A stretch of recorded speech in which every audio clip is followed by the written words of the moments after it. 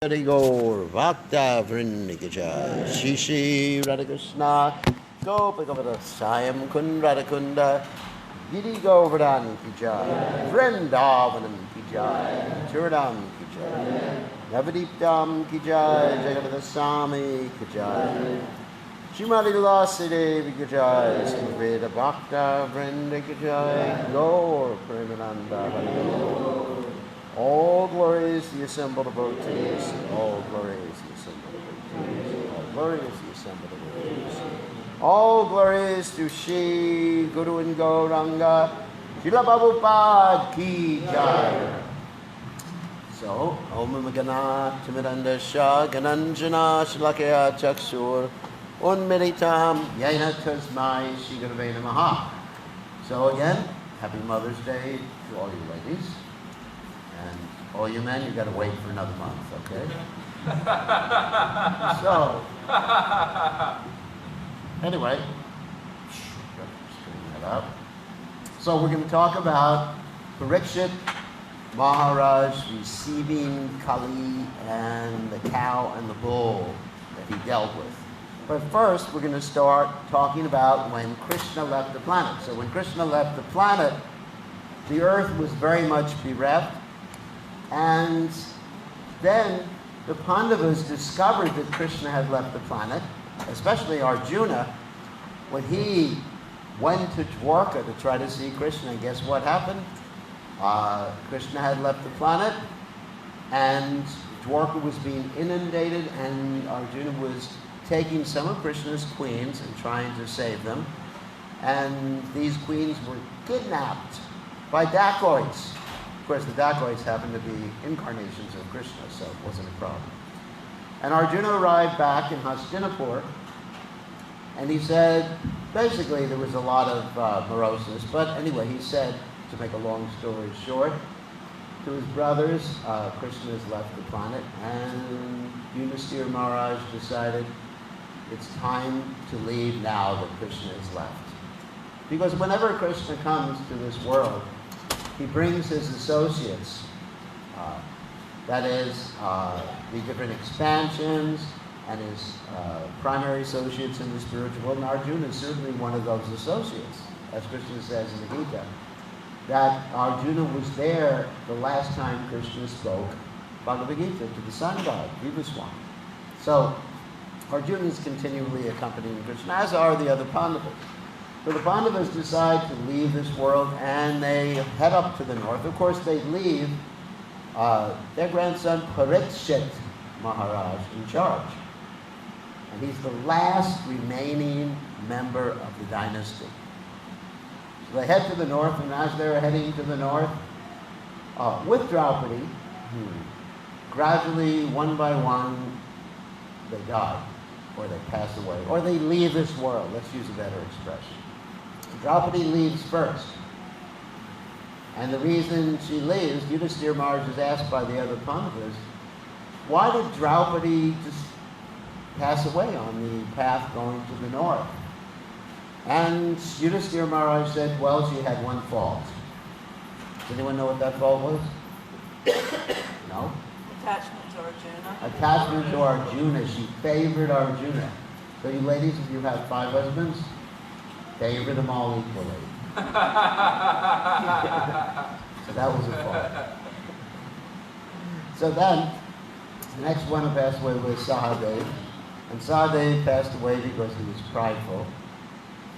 And then Nakula passed away because he thought he was the most handsome man on the planet. He used to look at himself in a mirror all the time. Mirror on the wall. So, I mean, these are pure devotees. These are pastimes. Like, we're not criticizing these particular individuals. And then Arjuna passed away because he had vowed to defeat his enemy in one day, and he didn't. So he didn't fulfill a vow one particular day. And then Bhimsen passed away. Does anyone know why Bhimsen passed away? What?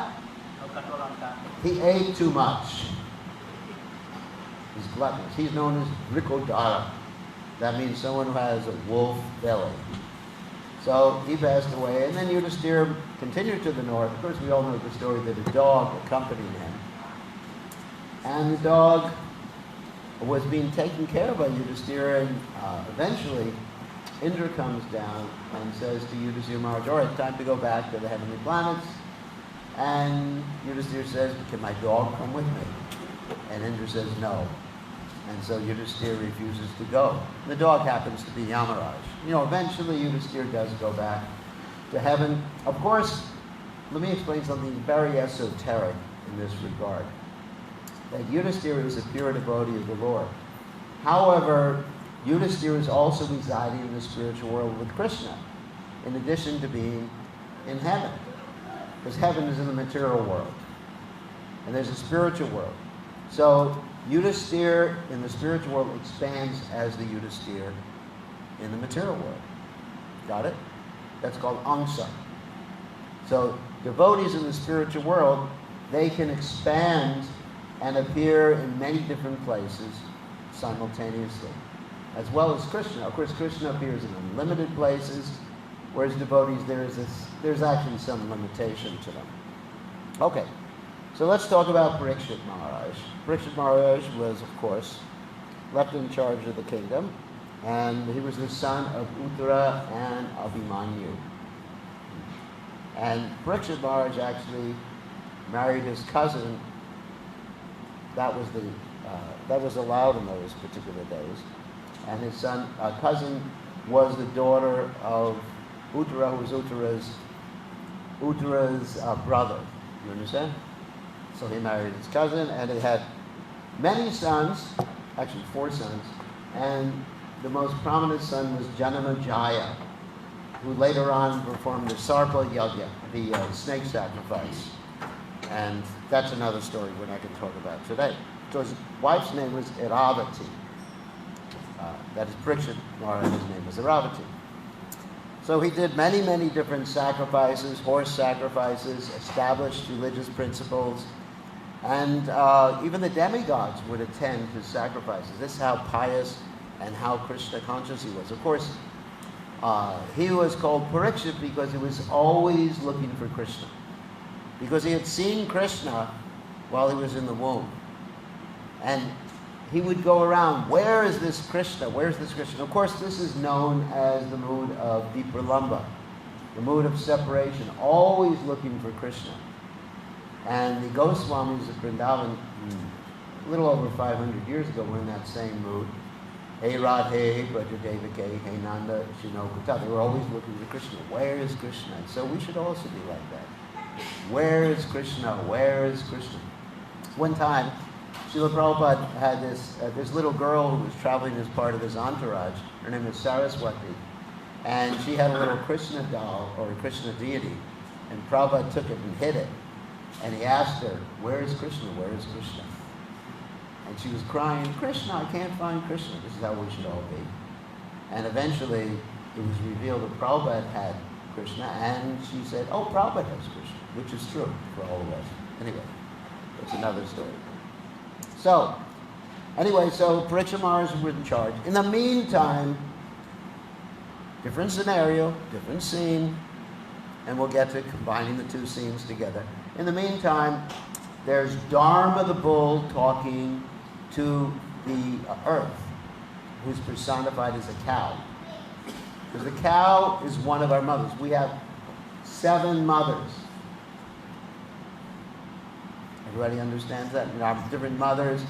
Like the earth is one of our mothers, the cow is one of our mothers, the nurse, if you happen to have a nurse, the king, your real mother, the king's wife, the Brahmin's wife, the Guru's wife, like that. But these are all different mothers.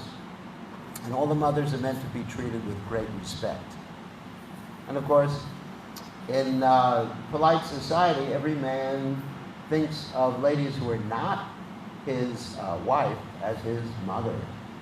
That's a polite thing. And just like the story of Arjuna, when Arjuna was in the heavenly planets one time, Urvashi, who happened to be his great-great-great-great-great-great-great-great-grandmother, I probably missed a few greats there. When Urvashi approached him with let's say a lusty intention, he just said to her to diffuse the situation. Of course, it didn't diffuse her anger. He said, "Ma titi." She immediately got angry and cursed him. That's another story. So anyway, so we have all these mothers. So the Dharma the bull and Bhumi, they were talking, and she was crying, and Dharma was basically standing on one leg, urinating. He was as white as a lotus flower because of, the stress that he was in. And Bhumi was crying. And Dharma was standing on one leg, started to ask Bhumi, "What's the problem?" As if he didn't have enough problems. He said, what is your problem? Is it because people are eating cows now? Is it because people are not performing sacrifices? Is it because people are having illicit life or having, sex life in any circumstance, anywhere, without any restriction? What is the reason for this? Is it because of famine? Or is it because the Brahmins are misusing their learning just to collect money? Or the Brahmins are controlled by the Kshatriyas? What is the problem? Is the problem is there's no more mercy? There's no more memory? People losing their memory? He kept asking her again and again about what her problems were. And of course, we see all these things are manifest now, right? Just read the news, and you read about all these things, and I'm not going to make comments or mention specific personalities. Okay. So Bhumi, after being asked this question, is lamenting. Why? Because she has lost her good fortune. She's our mother. She's a cow, personification of the earth, and also the earth in two ways. She's our mother.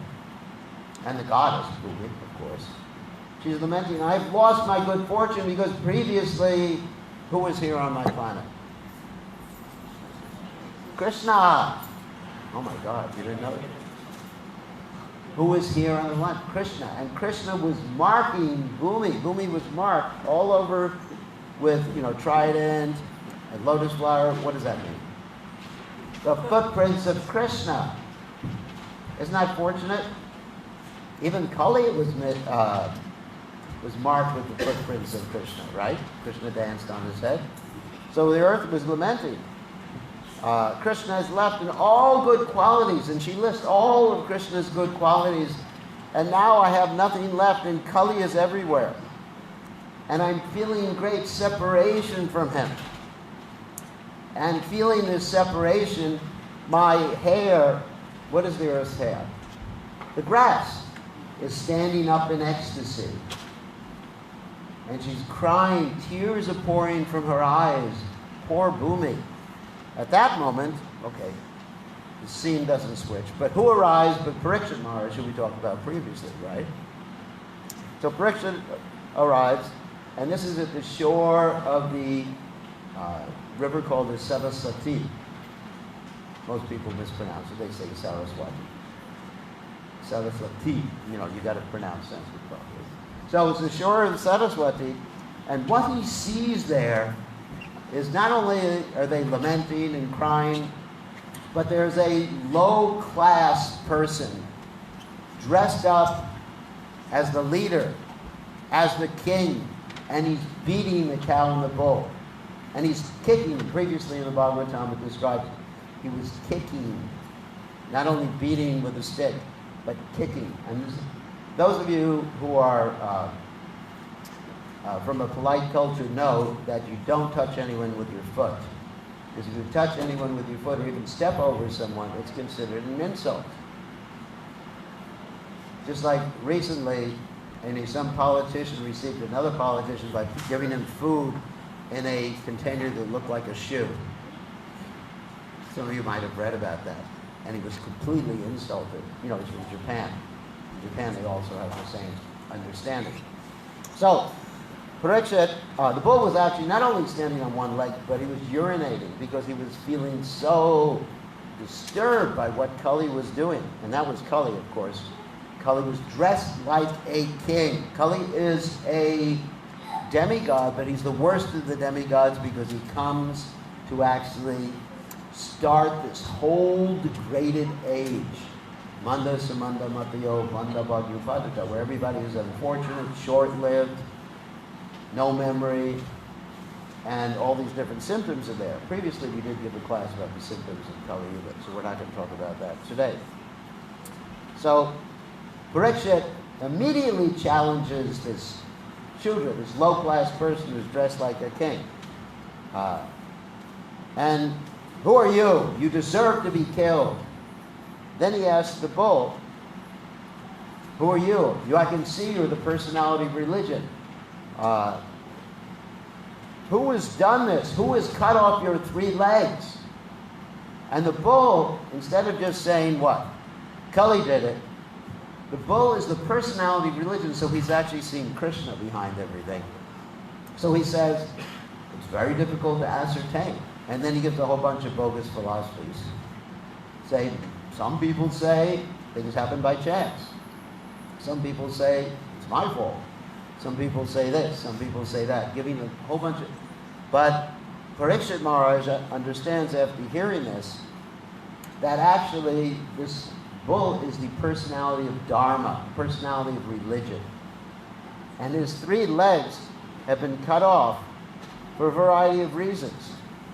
Because these 3 legs indicate 3 of the principles of religiosity, which are completely gone in Kali Yuga, with one just like hanging by a thread.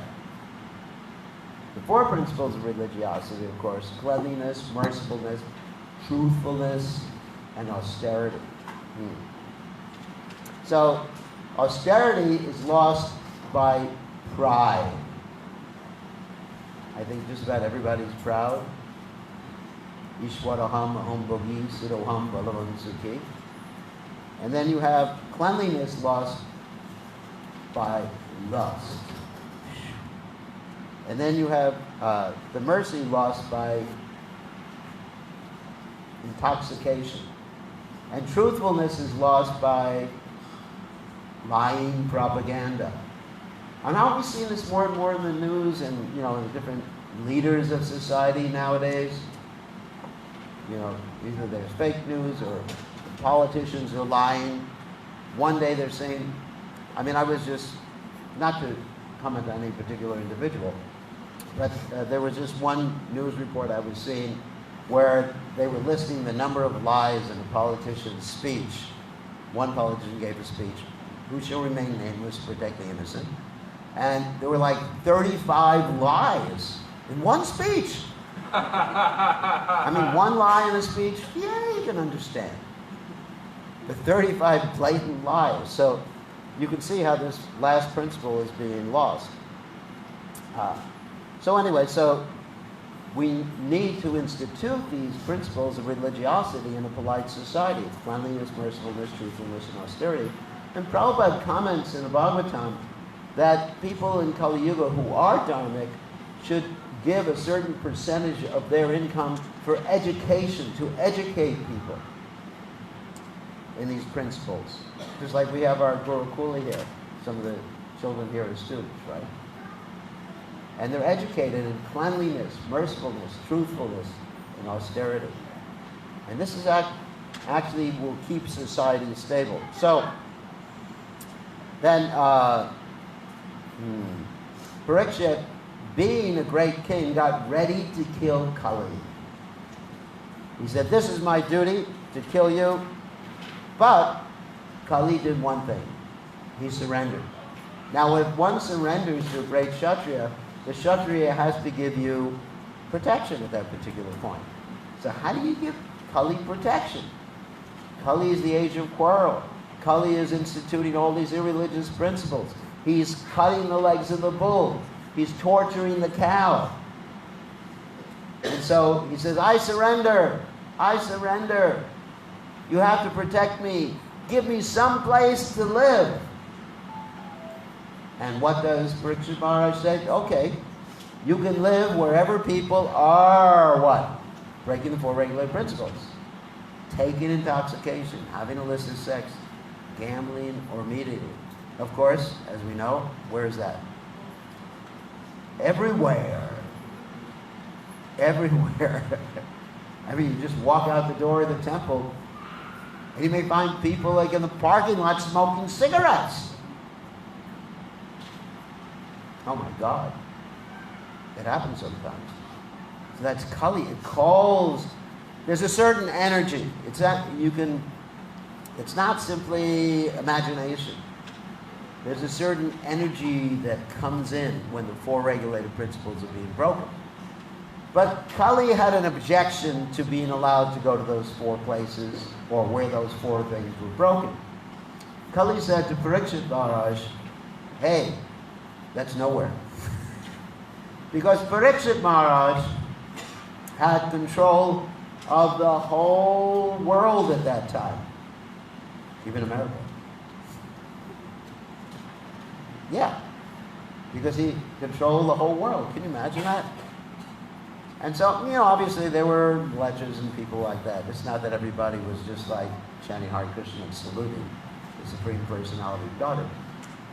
So Kali said, no, you got to give me a further place. And then Parikshit said, okay, wherever people are hoarding gold, you can live. Because as soon as there is hoarding of money, hoarding of gold, of course sometimes people have gold nowadays, but generally people have paper money or simply a entry in some computer in the internet. That's how the money is kept nowadays. So you can live in those places. And wherever there's gold, there's falsity, intoxication, lust, and envy. And so Kali said, okay, I agree. So at that point, while Parikshit Maharaj was still there, he kept Kali at bay. But as soon as Parikshit left, Janmejaya also was doing a good job, but as time went on, Kali became more and more prominent. So how to counteract Kali? Okay, here's a good point. Kali is counteract, just like Kali was acting as a king, as a leader. What is necessary are leaders who are spiritually conscious. And we're not talking about a sectarian religion or anything like that, but leaders who promulgate the religious principles of cleanliness, mercifulness, truthfulness, and austerity, and don't allow the counteracting principles to occur. And in this way, then the cow and the bull can be protected. Cow protection, Gomata, is essential in spiritual life. And nowadays, I don't know the exact number, but hundreds of millions of cows are being killed every year. I don't have the exact statistics in front of me. So it is our job, of course, ultimately we want to have Krishna-conscious leaders in society, dharmic leaders in society. So it is our job, at least at this present time, to invoke the presence of Dharma by utilizing education. Because that's what I mentioned before. Srila Prabhupada stated that 50%, he actually said 50% of people's income should be used to educate people in dharmic principles. But I know that may not be practical because people don't make that much. But we should institute educational processes, beginning with children.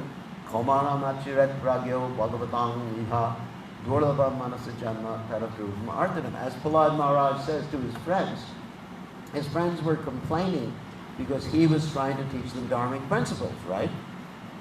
And his friends were actually a little adharmic because they were sons of not so nice people, asuras. But he said, you should take up spiritual life from the very beginning. So here in our Krishna conscious movement, we have not only a Gurukula for training up the children, and on Sunday we're going to be having more programs for the children.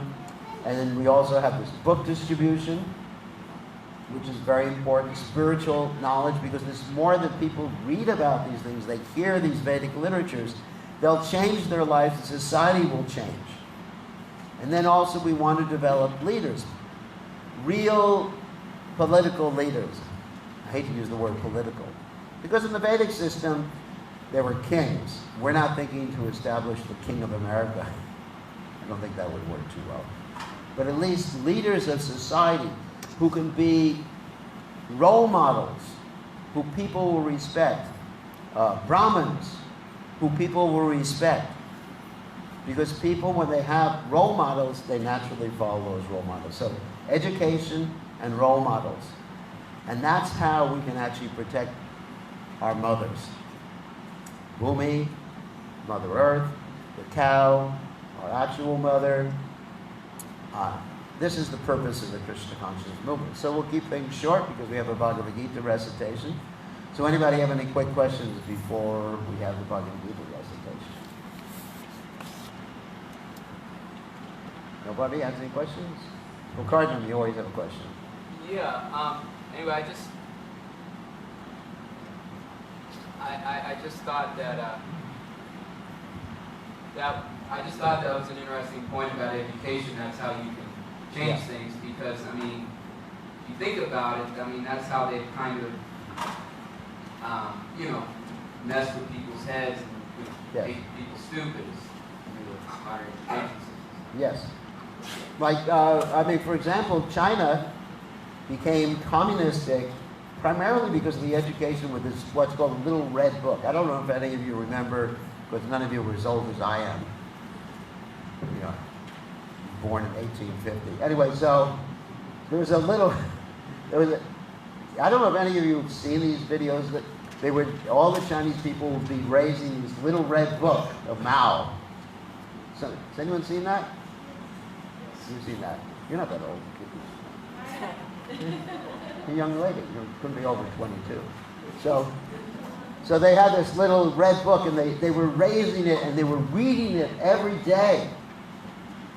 And in this way, China became communistic. It wasn't communistic originally. It wasn't a communist country. It was from education, a Little Red Book. So we have where's our Little Red Book? We have our little, not so red, but anyway. Not so little either, but anyway. We have our maroon book. How about that? And if we propagate this knowledge, society can change. That's why Srila Prabhupada, when he was on the planet, he stressed book distribution. And of course, now we have the internet to be able to propagate spiritual knowledge, the same sort of spiritual knowledge. We should take advantage of these things to save society from the downward spiral that is occurring right now. It definitely is. In my lifetime, I have witnessed things recently that I never thought I would witness, insofar as leadership. Okay? So, thank you very much. We'll go on to the Bhagavad Gita recital. All glories to Srila Prabhupada ki jai. Okay.